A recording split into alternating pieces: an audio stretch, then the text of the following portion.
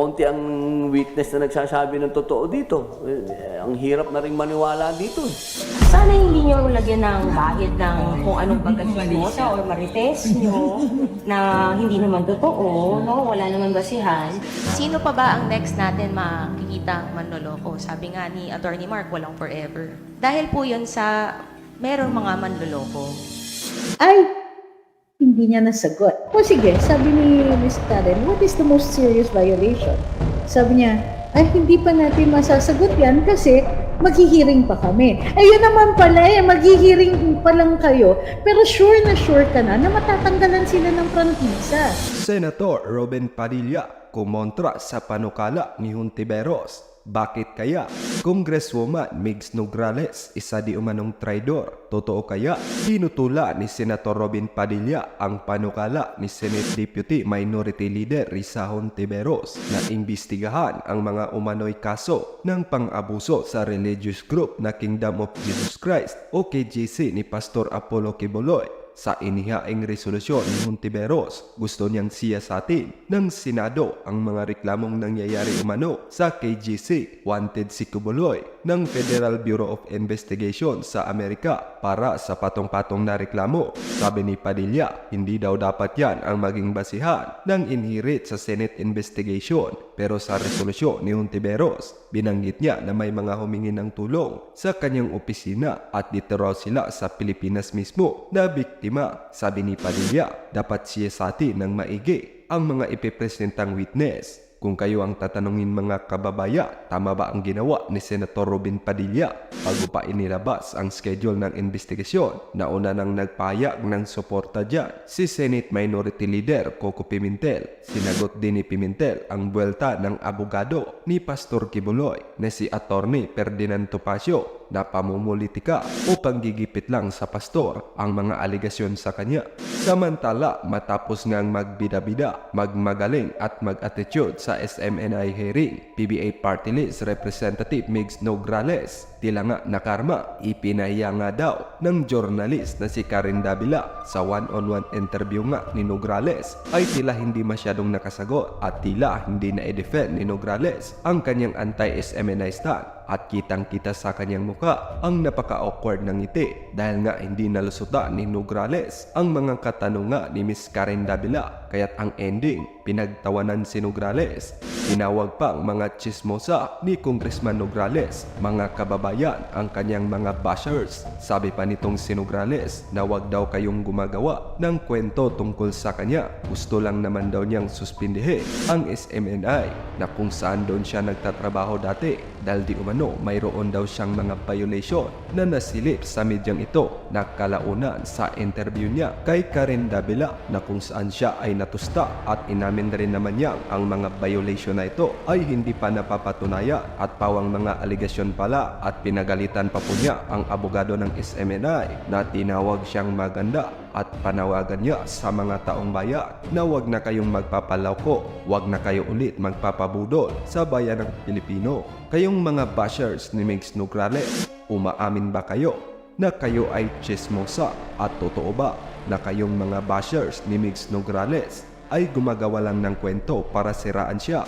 Isulat ang inyong reaksyon at komento. Samantala, matapos na mai-refer sa House Committee on Legislative Franchises, inaasahang sisimula ng deliberasyon ng komite kaugnay ng panukalang inihain upang mapawalang bisa ang prangkisa ng Suarasab Media Corporation o kilala sa tawag na Sunshine Media Network International o SMNI. Bunsod ito ng umano'y sari-saring paglabag sa probisyon ng prangkisa nito. Ayon sa chairperson ng komite na si Paranaque Representative Gas Tambunting, iimbitahan nila sa pagdinig si Apollo Quiboloy na minsay naging may-ari ng broadcast station. Inaasahang uumpisa na sa January 2024 ang pagdinig ng panel sa House Bill No. 97-10 na nais ipawalang bisa ang Republic Act No. 11422 o ang prangkisang ipinakaloob sa Suarasug noong 2019. Si One Rider Party List Representative Ramon Rodrigo Gutierrez ang naghain ng panukalang batas. Unang inimbitahan si Quiboloy sa pagdinig ng komite. kaugnay ng House Resolution 1499 na humihikayat sa National Telecommunications Commission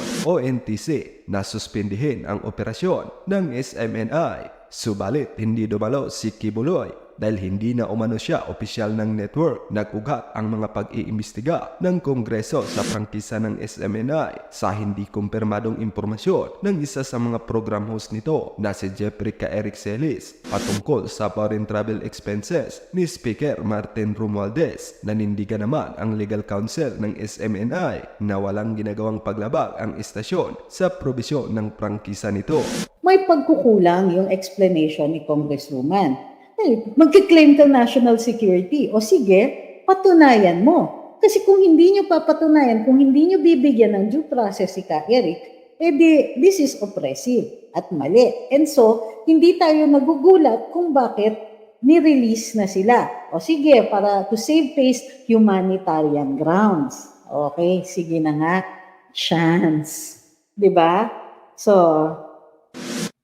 okay, so yun yung ang problema din, o sige, after that, ang sabi, ang napag-usapan naman ay, bakit babawiin ang prangkisa ng SMNI? Diba? Ano ang violation? Sagot ng sagot si Congresswoman Migs, may nakikita talaga kaming violation, kung kaya't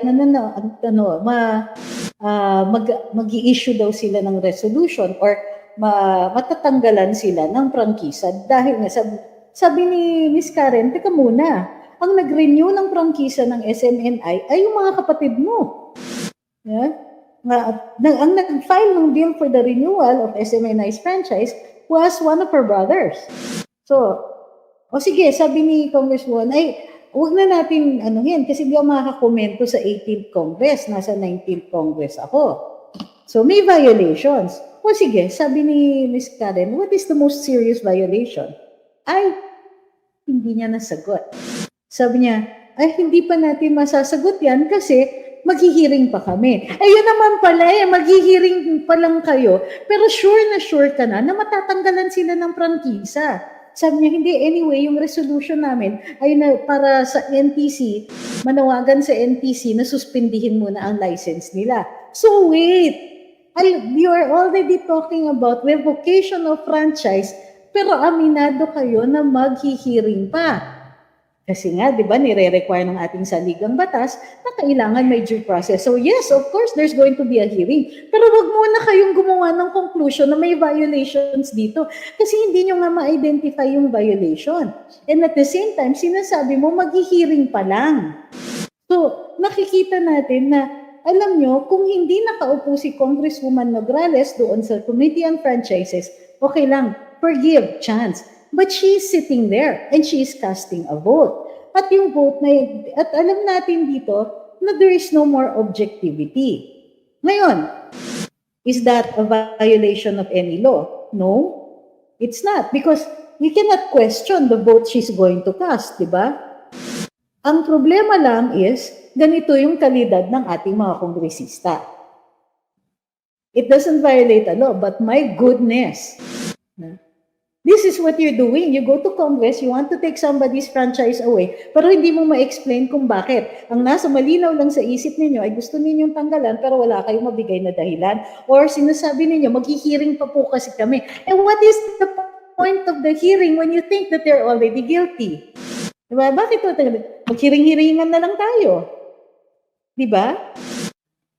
Okay, matagal na ko na, ilang ulit ko na, siguro may 100 ng beses na ako nagsagot ng tanong na ito. Ngayon, may nakahain na petition, pero sasagutin ko pa rin. May nakahain na petition sa ating Korte Suprema. Ito ay habeas corpus filed on behalf of Doc Lorraine and Ka Eric. Okay. Ang habeas corpus is the petitioners, Doc Lorraine and Ka Eric, are asking the court to issue an order para iharap sila sa hukuman. Habeas corpus means have the body. Let me have the body or produce the body. Produce the people. Kasi this is actually a writ against disappearances. Yung hindi ka biglang itago ng Estado o ng gobyerno. Hindi ka basta ikulong, wala kang charges, walang record anywhere. Di mo alam kung nasan yung kamag-anak mo, hindi mo alam Hindi alam ng outside world na ikaw ay dinisappear na. So that is the great writ against disappearances, state-sponsored disappearances. Estado ang gumawa. So dadalhin yan. Kung sino man yung may hawak sa kanya, ma-identify yan sa petition, mag-i-issue na yan ng order. The first writ of habeas corpus that is issued by the court is temporary. Dadalhin yung tao sa harap ng hukuman. Tatanungin yung mga yung mga police or whoever is holding them for detention, yung mga officers, at tatanungin, teka muna, by what right do you have to hold this person? Ngayon, kung ang tao na yon ay dumaan na sa preliminary investigation o kaya caught in the act siya, nahuli siya, hinarap siya sa piskal, may probable cause, kinulong. Kung siya ay na-charge, ipapakita lang ng mga nag-hold sa kanya, ito po, dumaan na po ito sa piskalya, may probable cause, ito po ang desisyon ng assistant city prosecutor. Sasabihin ng hukuman, okay, legit ito. So, sasabihin niya sa petitioner, okay, petitioner, ayan, nakita mo na yung kamag-anak mo, hinuhold siya sa ganito, pero may legal right ang government na hawakan yung tao na yon. That is habeas corpus. But, let's say, sabihin ng tao, hindi, dinetain namin yan under the Anti-Terrorism Act. Sa Anti-Terrorism Act, hindi kailangan na kaagad namin i-produce. We have so many days, 14 days, pwede pang i-extend yan. Pero ni-report naman namin dun sa RTC. So, ipoproduce nila ngayon. Ito po yung report namin. Ito yung kopya ng report namin. At duly noted yan po ng RTC. Okay. On the other hand, there are instances na mali yung charge o yung pagka-charge ay illegal. O yun, sasabihin ng court, illegal yung charge niya. Pakawalan niya yan. The second writ will be the permanent one. Okay? Huwag niyong i-disappear yan. So yun po yun. Ngayon, nakita na yung dalawa. They are no longer detained. Hindi na ngayon maki-question ni Atty. Harry, by what right? Ikayo, Congress, anong karapatan ninyong hawakan itong dalawang ito? Ang tingin namin dyan, hindi legal kasi ito yung Sotolo, ito yung Lincoln Ong ruling, and so on. Di ba? So, sasabihin ng court, ay, moot and academic na ito. Ibig sabihin, bakit pa kami gagawa ng desisyon? Ay, nakakawala na yung dalawa. There is one instance kung kailan pwedeng ituloy yung kaso. Ang i-file ni Atty. Harry dyan ay petition na ituloy yung kaso or motion na ituloy yung kaso kasi the situation is, ito yung kailangan niyang i-prove, capable of repetition yet evading review. Anong ibig sabihin nito?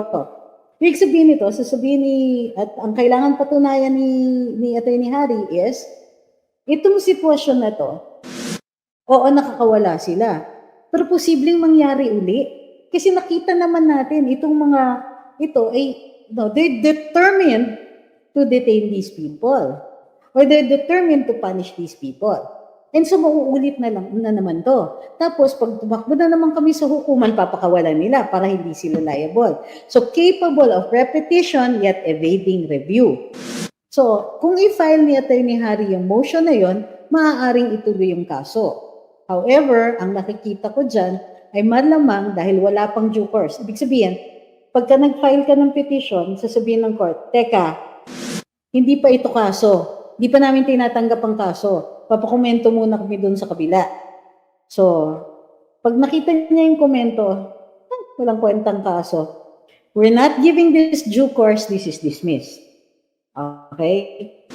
So, ngayon, dito sa kasong ito, wala pa yung due course, di pa tinatanggap ng hukuman yung kaso. So, ang gagawin ni Atty. Harry, file siya ng motion na ituloy yung kaso because this situation is capable of repetition yet evading review. Mr. Chair, klaro ko lang Thank po, you, Your Honor. sanabi po kasi ni Attorney Suplico na they're being called here for, yung mga red tagging. Nasa agenda A. Nasa agenda B tayo, we're talking about the resolution here. Yes. To clarify lang po. And which you are still also the lawyers for SMNI on this resolution, which is simply to urge NTC to suspend because of violations of your franchise, correct, Mr. Chair? Yes. Okay. So, i-clarify po natin, let's not mislead right now what's happening. Hindi naman po ako yung nag-file nun. Pinag-uusapan natin ang resolution na final ko to urge NTC to suspend if we find na violations. Okay.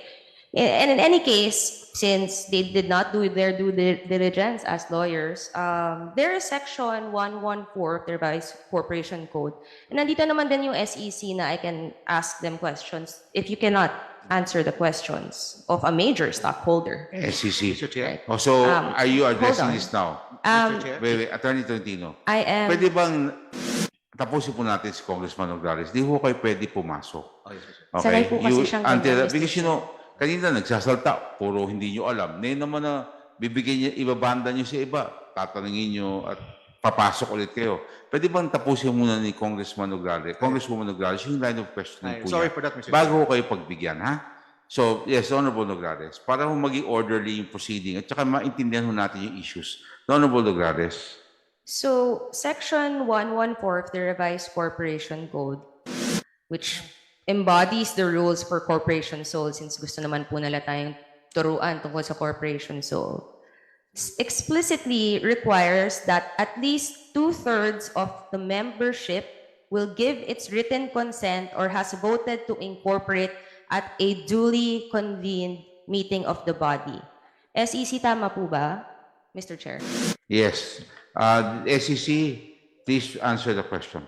That is correct, Mr. Chair. And even jurisprudence, Iglesia Evangelista versus Bishop Lazaro, GR number 184088, July 6, dated July 6, 2010, states, even an amendment as well requires 2/3 of its membership, the vote or the written consent of its membership that convenes for that sole purpose. SEC.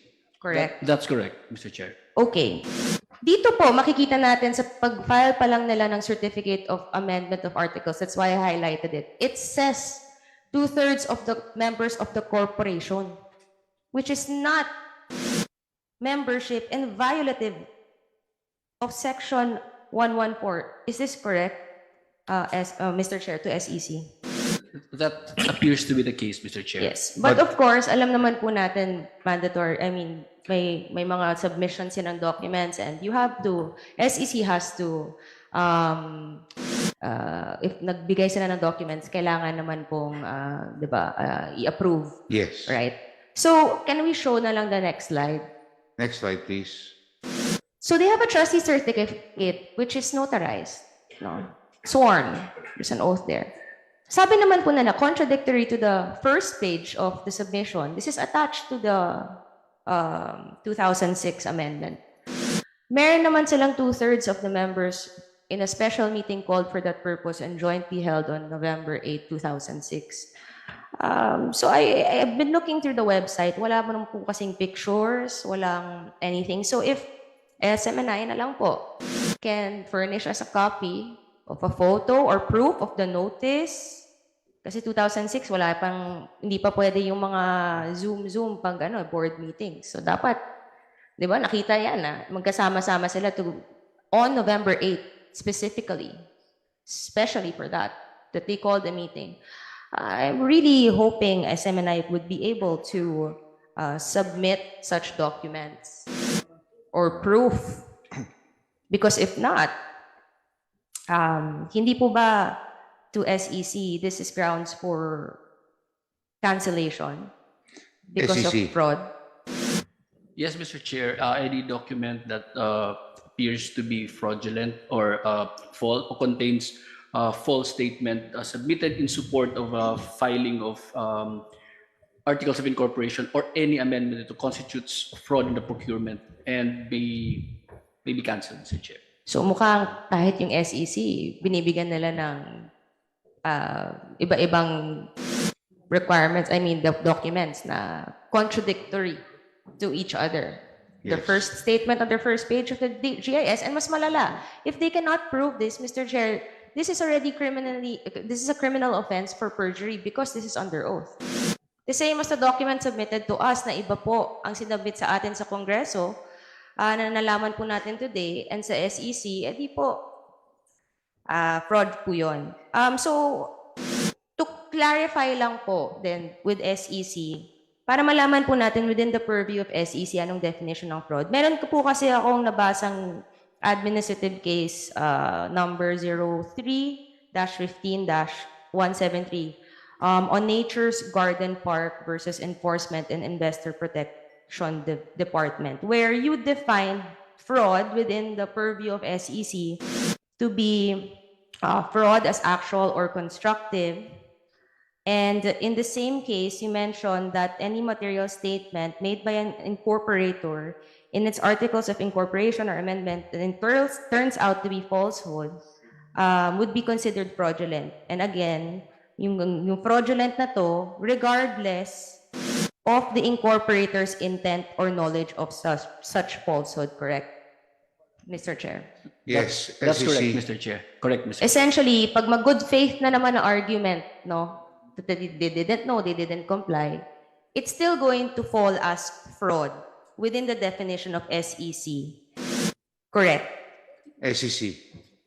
That's correct, Mr. Chair. And you. fraud in submission nga, even if they say good faith, is a ground to cancel such amendment or certificate of registration. Correct? That's correct, Mr. Chair. Ano nangyayari? Okay. Proceed. May I ask, and with this cancellation, no, may I ask lang, NTC naman po, Mr. Chair.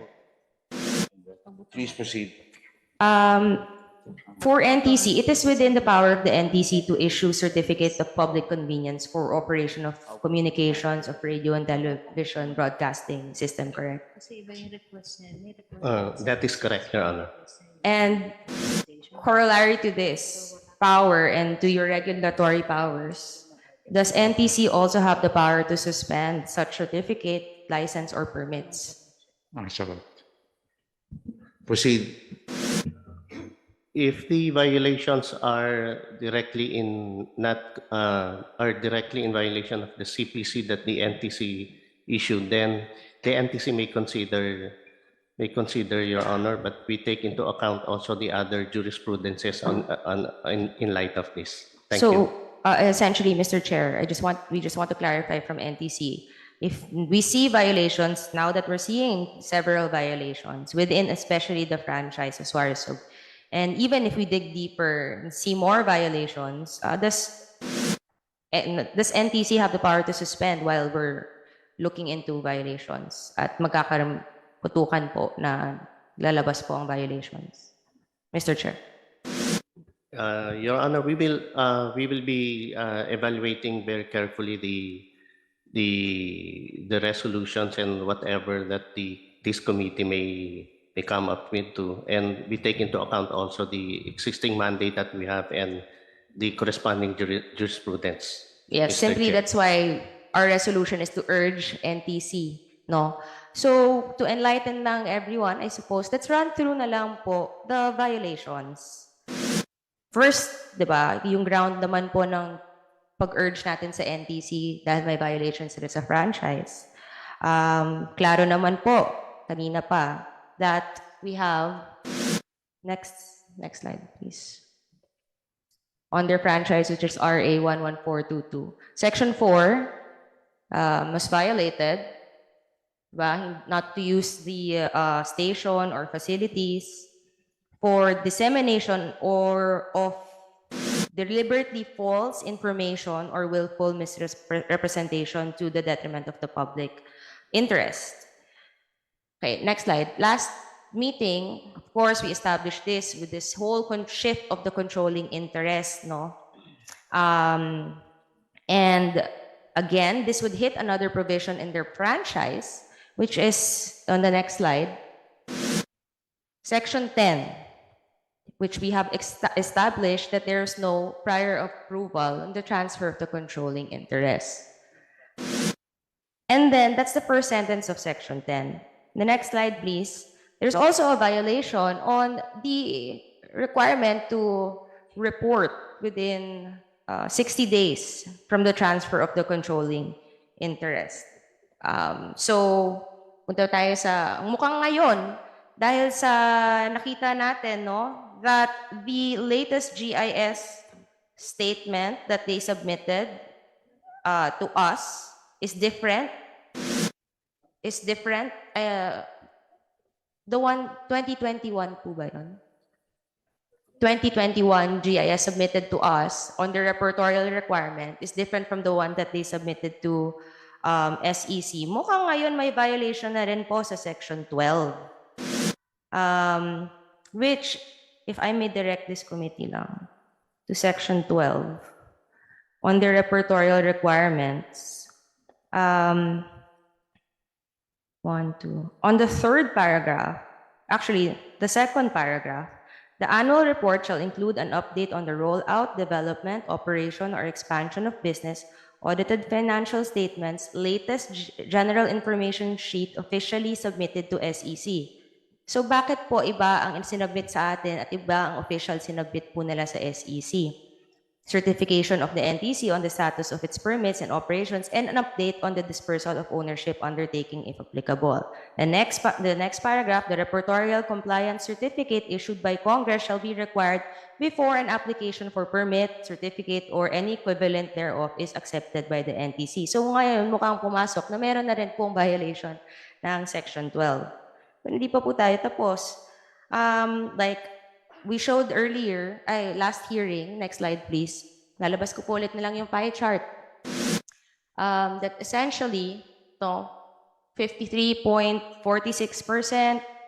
is the executive pastor, Phoebus Holdings is 46.22%, Phoebus Holdings naman, about 97% is owned by executive pastor na, di ba, noong 2022 naman, na-establish natin na si pastor po ang talagang may control naman. So equivalently, may 98.37% na share talaga si executive pastor. So, but makikita po natin na ang cooperative na wala rin po doon sa kanilang franchise na ginawa nila to comply after 29 years of existence ay 0.19 lang po. Ang layo-layo ng 30% requirement nila to offer the public sa dispersal of ownership clause nila. And they only did this 2 years ago, after 29 years of existence, Mr. Chair. Sinabi po naman, Mr. Chair, nila that they are complying and may good faith na naman. Pero questionable na gusto pala nila comply. 2 years ago lang nila kinomply after 29 years of existence. Medyo, di ba, Mr. Chair, nakakapagduda. Di ba? But even with that, we'll show the next slide. So, dahil hindi umabot sa 30%, meron violation on Section 11. Okay. More than even the franchise, nakikita natin tuloy-tuloy yung mga violations nila. Even with the Constitution, next slide please. Because we've established that there's monopoly. On Article 12, Section 19, the state shall regulate or prohibit monopolies when public interest so requires. No combinations in restraint of trade or unfair competition shall be allowed. Next slide. Hindi lang isa na violation of the highest law of the land, which is the Constitution, pati rin po ang Section 11, Article 16, that Congress shall regulate or prohibit monopolies in commercial mass media. Na mukhang tinatamaan na rin po na kailangan natin din tingnan to. Kaya nga, di ba, nakikita natin may mga violations. Not even with the Constitution. Let's also go to the KBP Broadcast Code, which they only withdrew their membership on December 4, 2023. So they cannot now wash their hands and say that all other violations that they did prior to that does not apply to them. So next slide. Article 1 of the KBP Broadcast Code on Section 3, Fairness and Objectivity. News report shall be fair, factual, and objective. Okay, next slide. Meron din on Section 4 on news sources. The only news that can be attributed to a source shall be aired. News must be clearly identified. You know, there are violations here na naklaro naman, di ba, na Mr. Chair, correct, na umamin naman po na may mga violations at hindi nag-comply at hindi na-verify. Tama po, Mr. Chair. Not just Section 4, the next slide. Meron pa pong personal attacks na bawal po, na nalabas po naman nila Honorable Manuel and Honorable Castro kanina po. Next slide. Meron din Article 5 naman kung sinasabi nila nagkakamali. When a mistake has been broadcast, it must be acknowledged and rectified as soon as possible. At ngayon lang sila nagsasabi ng sorry dahil nag-iimbestiga po tayo. Parang, bakit ganun po, di ba? Meron din, Article 13 ng KBP Broadcast Code. So persons who regularly go on air shall be required to obtain accreditation. Okay. Some of the SMNI hosts were not KBP accredited. Correct, Mr. Chair? Ako nga po, hindi nga po ako KBP accredited. Sinasabi na dati po akong co-host, kaya nga po umalis. Kasi mukhang may mga violations tayong nakita. So I can attest to that veracity na some hosts really are not accredited. Okay. And then we have another article sa KBP Broadcast Code, Article 33, the Universal Ethical Standards. Ang dami po kaya sa KBP Broadcast Code. Hindi lang po yun. Mr. Chair, meron din po sa sarili nating house rules. Para maklaro lang kung bakit, di ba, na-cite for contempt. Pakita po natin ang next slide. For sure naman, when the Honorable Pimentel and the Honorable Abante moved to cite the two individuals for contempt, syempre mabigat yun sa loob. Pero trabaho din po natin na kailangan to maintain the integrity of this Honorable Committee of Congress ay pag may lumalabag sa batas at may lumalabag sa House rules natin, it is our duty to move for those, para hindi tayo niloloko. Yun naman po din gusto natin, hindi tayo maloko po, di ba? And so, to emphasize that there are violations naman po talaga, which we cited, which the Honorable Congressman cited, which is Section 11C on refusal to answer any relevant inquiry, which today we also heard nga, yun naman, di ba? Yung dahilan kung bakit na-cite in contempt po. And also acting in a disrespectful manner towards any member of the committee or any misbehavior in the presence of the committee. And then, next slide. Today, now we see maybe there's a violation na rin with SEC that SEC should start looking into. Because merong hindi pagtutugma-tugma ang kanilang pagbibigay ng dokumento sa pag-apply ng kanilang amendment. That would be detrimental now to their pinangahawakan nilang corporation sole sila. Kung mawalan sila ng certificate niyan, yung amendment to begin with, wala pala. Balik sila sa non-stock. So, mawawala yung argument nila. So, kailangan po ata talagang tingnan nila yan. And tingnan po rin ng SEC. Hindi lang po yung NTC na. No? And again, the next slide, babalik ko, na may violation din sa revised corporation code. So, in the event then that they find fraud in the amendment of AOI of the the Executive Kingdom of Jesus, no? Let's go back to the pie chart. Ano mangyayari? 'Di ba? Pareho pa rin yung numero. Kasi kung magiging non-stock sila, babalik sila sa Kingdom of Jesus na hindi corporation sole at mas malala kasi non-stock sila. 98.37% pa rin. Kasi essentially the 53.46 and the 44.91 ay magiging Kingdom of Jesus na non-stock. And obviously, diba, monopolistic siya, which is violative of so many things. So, ngayon, meron pa din po, next, na mukhang even the first hearing, we have established that meron pending administrative case filed against SMNI for red tagging and misusing of their platform. Tama po, Mr. Chair sa NTC? There's a pending. Please reply to the inquiry of the Honorable Obrado. Yes, yes, Your Honor, Mr. Chair, there's a pending case on admin case with the Suarez with the NTC. So essentially, that's why we are urging NTC to suspend muna habang nakikita natin na mukhang niloloko-loko tayo dito. In summary lang, para pakita po natin sa taong bayan ang mga violations that we have seen so far. Not just their franchise on Section 4, Section 10, Section 11, mukhang ngayon pati Section 12. Pati ang highest law of the land, ang Constitution natin, dalawang articles. Article 12 and Article 16.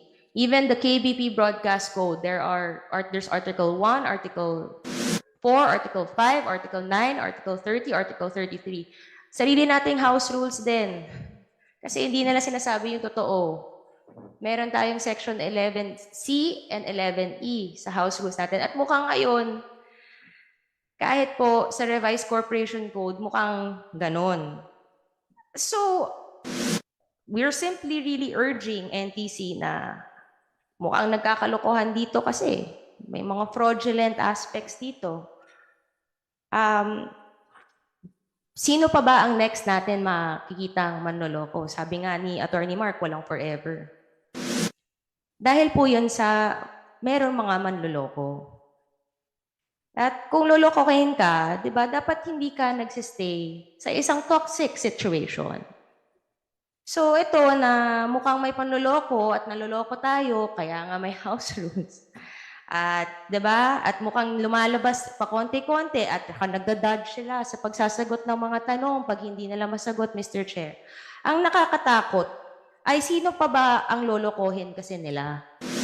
Papayag po ba tayo na mandato natin to protect the people from misinformation, to protect people from people who are violating the laws?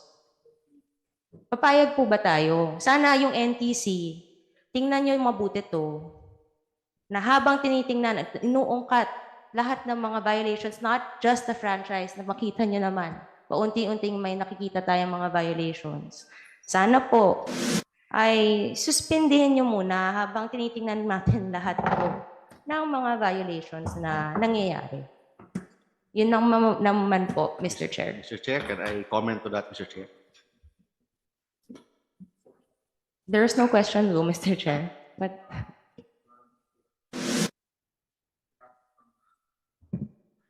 Wala po siyang hinihinging sagot sa kanyang sinabi. Attorney. But can I make a simple manifestation about, hindi about forever or not forever.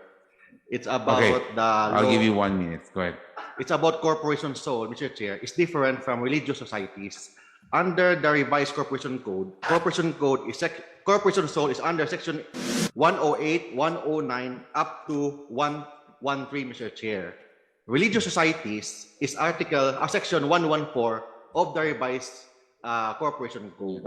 Maybe the beautiful congresswoman. huwag kang bumawi-bawi ngayon pagkatapos mo mag-post ng mga kung ano-ano tungkol sa akin na tawagin akong beautiful.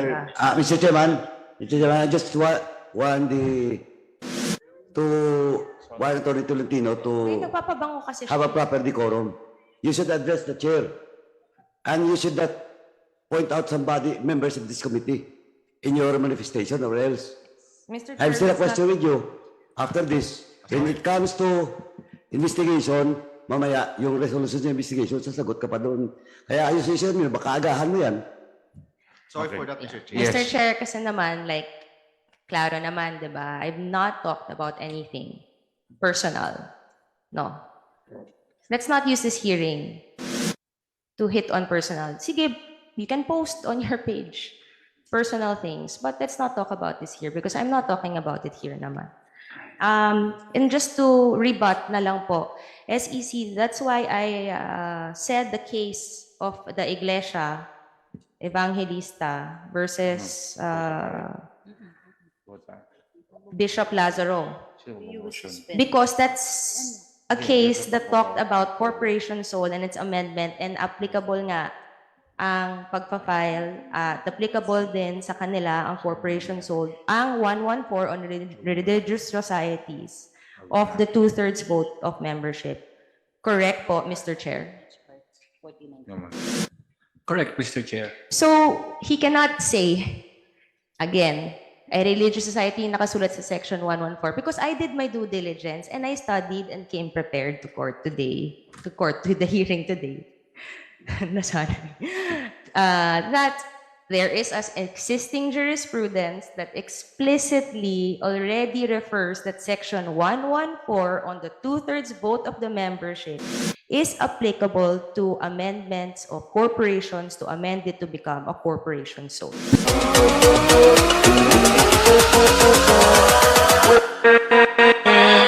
With